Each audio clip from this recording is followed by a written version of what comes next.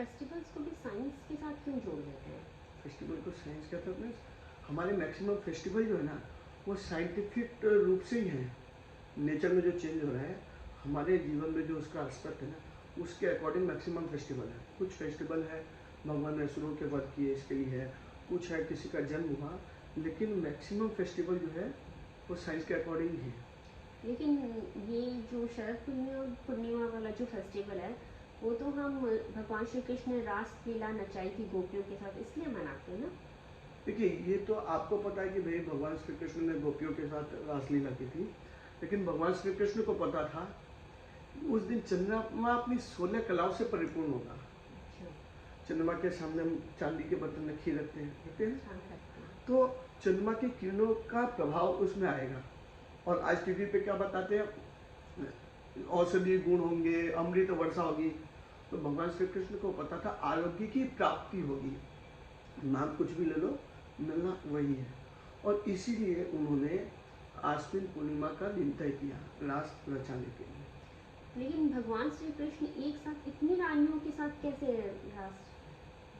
रासलीला की? चलिए देखिए, पहले तो आपका एक कॉन्सेप्ट ये करता हूँ कि रानियां और गोपियां अलग है। भगवान श्री कृष्ण ने रास किसके साथ किया था? गोपियों के साथ, ठीक है ना।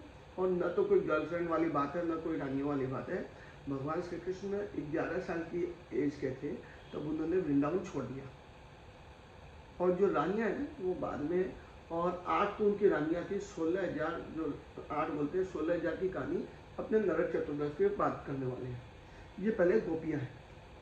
अब आपका है कि एक साथ इतनी गोपियों के साथ कैसे? कुछ दिन पहले हमने गरबा देखा, आप लोग गरबा कर रहे थे, 70-80 लेडीज थी। हाँ।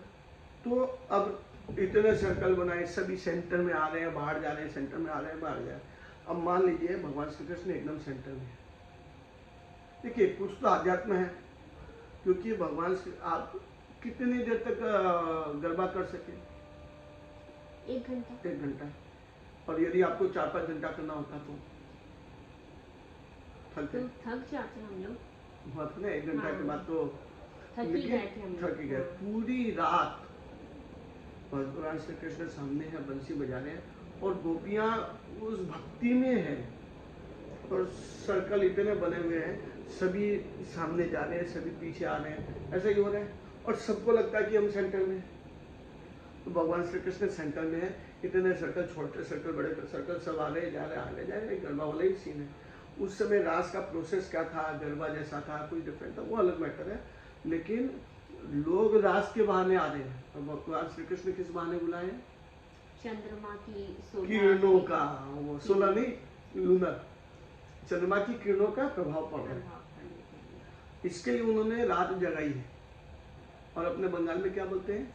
बंगाल में इसको बोलते हैं कोजागरी और लक्की लक्की पूर्णिमा। पूर्णिमा। तो कोजागरी का कारण क्या है? के जागचे, माने रात को कौन जग रहा है, उद्देश्य वही है। श्री कृष्ण ने भी वही बताया, रात जगाई है।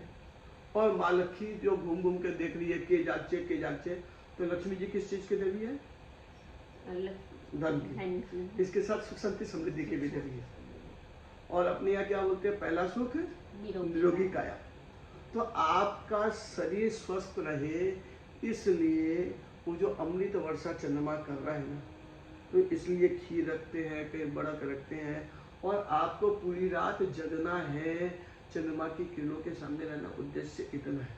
नाम चाहे कुछ भी ले लो, रास पूर्णिमा बोलो, शरद पूर्णिमा बोलो, कोजागरी बोलो, लक्की पूर्णिमा बोलो, उद्देश्य क्या है?